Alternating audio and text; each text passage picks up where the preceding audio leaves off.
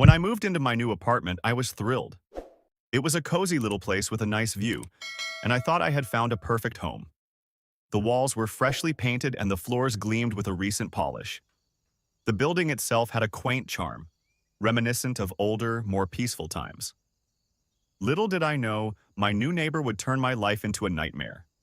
At first, he seemed harmless, an old man, perhaps in his late 60s, living alone in the apartment next door. He had a friendly smile and always greeted me with a nod. I didn't think much of it until I started noticing odd behaviors. It began with small things like seeing him pacing in the hallway at odd hours, muttering to himself in a language I couldn't understand. One evening, as I was coming home from work, I saw him standing in the hallway just staring at my door. His eyes were vacant, almost as if he was in a trance. I greeted him, trying to break the tension, but he didn't respond. He just turned and walked back into his apartment, closing the door slowly behind him. I tried to brush it off, thinking maybe he was just having a bad day. But things only got worse. Late at night, I began hearing strange noises coming from his apartment. It sounded like furniture being dragged across the floor, followed by soft, eerie humming.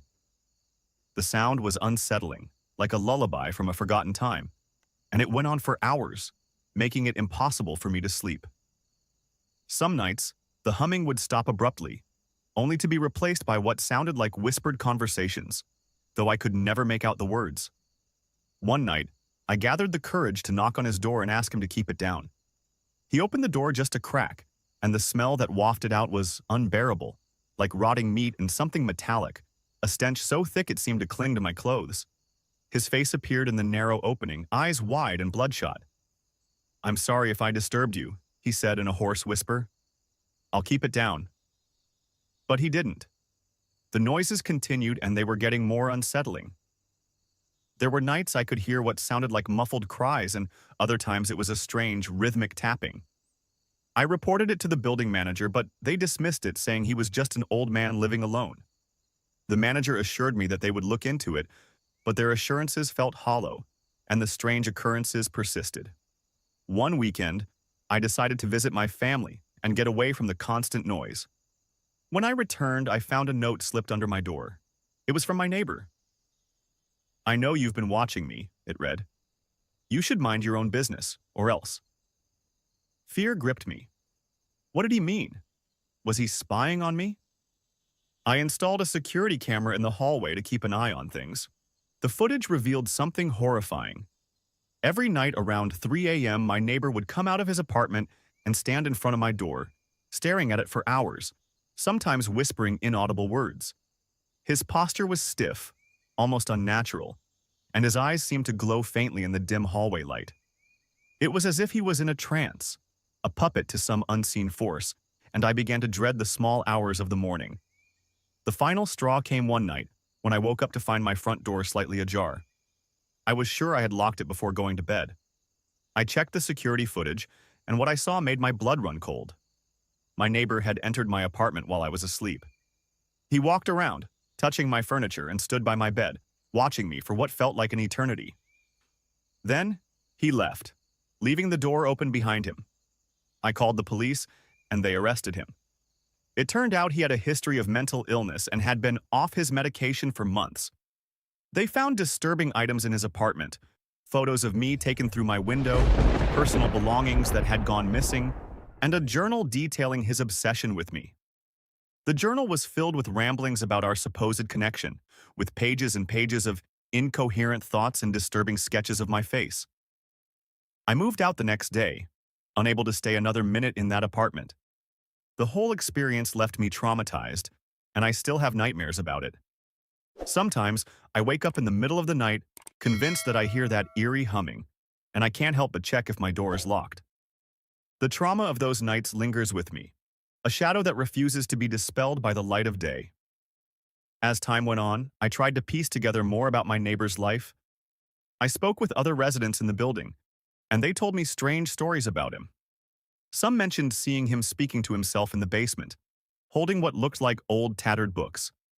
Others recalled hearing footsteps on the roof at night, even though access to it was restricted. One particularly unnerving tale came from a neighbor who had lived in the building for over a decade. She claimed that the old man had once been a well-respected professor at a nearby university, but had suddenly disappeared from public life after a tragic accident involving his family.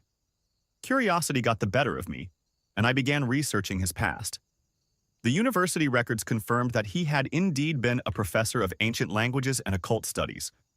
His research focused on esoteric rituals and forgotten deities, topics that, at the time, seemed more like the stuff of legends than anything real. But after his family died in a mysterious house fire, he became reclusive, eventually moving into the apartment next to mine. What unnerved me the most were the rumors surrounding his family's death. Some said it was an accident, a tragic case of faulty wiring, but others whispered about darker possibilities, about rituals gone wrong and vengeful spirits. The more I dug, the more I found references to strange symbols and ancient texts that matched the sketches in his journal. It seemed like his obsession with these occult practices had consumed him, driving him to the brink of madness. Even after moving to a new place, I couldn't shake the feeling of being watched. Every creak of the floorboards, every gust of wind against the windows sent chills down my spine. I installed more security measures, better locks, motion sensor lights, and even a dog to keep me company. But none of it could erase the memory of those nights or the haunting sense of unease. In my new apartment, I tried to start fresh. I painted the walls bright colors, filled the rooms with plants, and invited friends over regularly to create a sense of warmth and safety. Yet the nightmares persisted. In my dreams, I would find myself back in that old apartment, the eerie humming echoing in the background, my neighbor's vacant eyes staring at me from the shadows. I'd wake up drenched in sweat, my heart racing, and it would take hours to calm down enough to fall back asleep. I decided to seek therapy to deal with the trauma. My therapist helped me understand that what I experienced was real, and that my fear was a natural response to the invasion of my privacy and the threat to my safety. We worked through my anxieties, step by step, and slowly, I began to regain some sense of normalcy. But even with professional help, the scars remained.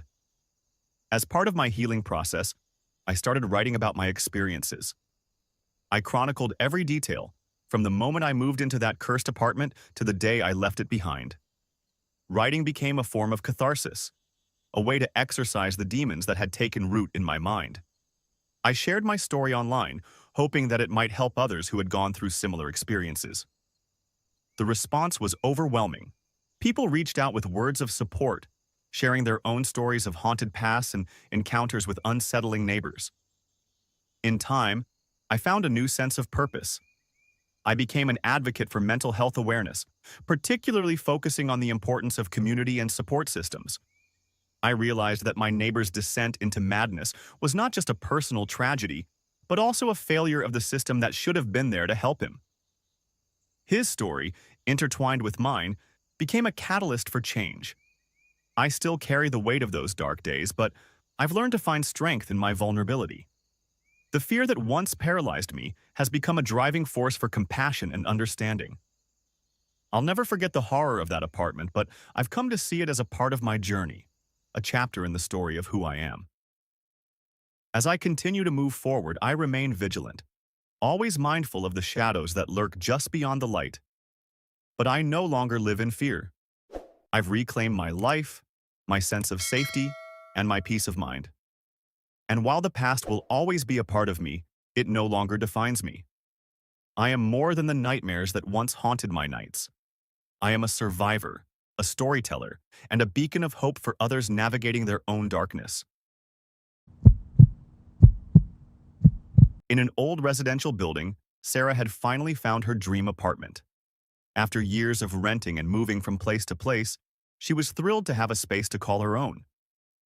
The building had a nostalgic charm with its high ceilings, wide staircases, and creaky wooden railings. The neighbors were friendly enough, but everyone kept to themselves, respecting each other's privacy. Sarah settled into her new life with ease. She enjoyed the quiet of her home and the routine of her daily life. But a few months after moving in, something started to disturb her peace. One evening, as she returned from work, she noticed a faint but unpleasant smell in the hallway. At first, she thought it might be something temporary. Perhaps someone had forgotten to take out the trash. However, the smell persisted and grew stronger each day. The neighbors began to whisper among themselves, each suspecting the other of being the source of the odor. Sarah tried to locate the origin of the smell, but it seemed to permeate the entire floor. One day, while coming home, she met an elderly woman on the staircase. The woman looked exhausted and frail. Sarah recognized her as the neighbor who lived in the apartment next to hers. "Hello," Sarah said softly, trying not to startle her. "I'm Sarah, your neighbor. We haven't met before." The old woman looked at her with tired eyes. "Good evening," she replied in a weak voice. "I'm Martha Jones. Nice to meet you." Sarah wanted to ask about the smell, but she hesitated. Martha Jones seemed so fragile that any additional stress might break her. The woman shuffled back into her apartment, leaving Sarah with her thoughts. The smell didn't go away. In fact, it became unbearable, especially at night. Sarah found it difficult to sleep, her mind racing with possible explanations. One night, when the stench was particularly strong, she decided to call the building management to report the issue. The next day, maintenance workers arrived to inspect the building. They checked the basement, the garbage chute, and the plumbing, but found nothing unusual. The smell was clearly not coming from any of these sources. Feeling helpless, Sarah decided to talk to her neighbors, hoping someone might have more information. The neighbors were equally puzzled. Everyone complained about the smell, but no one knew where it was coming from. Sarah decided to try talking to Martha Jones again. She knocked on the woman's door but received no answer. After a few minutes, the door finally creaked open, and Martha Jones appeared, looking even more worn out than before. "I'm sorry to bother you," Sarah began, "but we're all worried about this smell. Do you happen to know where it's coming from?" Martha Jones turned pale and looked like she might faint. She quickly shut the door without saying a word. Sarah felt a chill run down her spine. Something was definitely wrong. As days passed, the smell intensified. Sarah could no longer stand living in such conditions and decided to call the police. She explained the situation, and a patrol car arrived shortly after. The officers began knocking on doors, trying to find the source of the odor. When they reached Martha Jones's apartment, there was no response for a long time. The police were persistent, and eventually, the old woman let them in. Moments later, they emerged with horrified expressions on their faces. "You should all evacuate the building," one of the officers said. "We've found the source of the smell." Sarah's legs felt weak as she made her way outside. She watched in horror as the police carried out the decomposed body of Martha Jones's husband. He had been dead for months. Martha Jones, not knowing what to do, had continued to live with his corpse. The aftermath of this discovery left Sarah shaken. She couldn't sleep, haunted by the images in her mind. The neighbors were in shock, unable to comprehend the horror that had been hidden behind the walls of their building. Martha Jones was taken to a psychiatric hospital. Sarah struggled to move on, but the events had left an indelible mark on her. She could no longer look at her neighbors without wondering what secrets they might be hiding. The experience changed her forever, making her more cautious and aware of the silent suffering that might be occurring behind closed doors.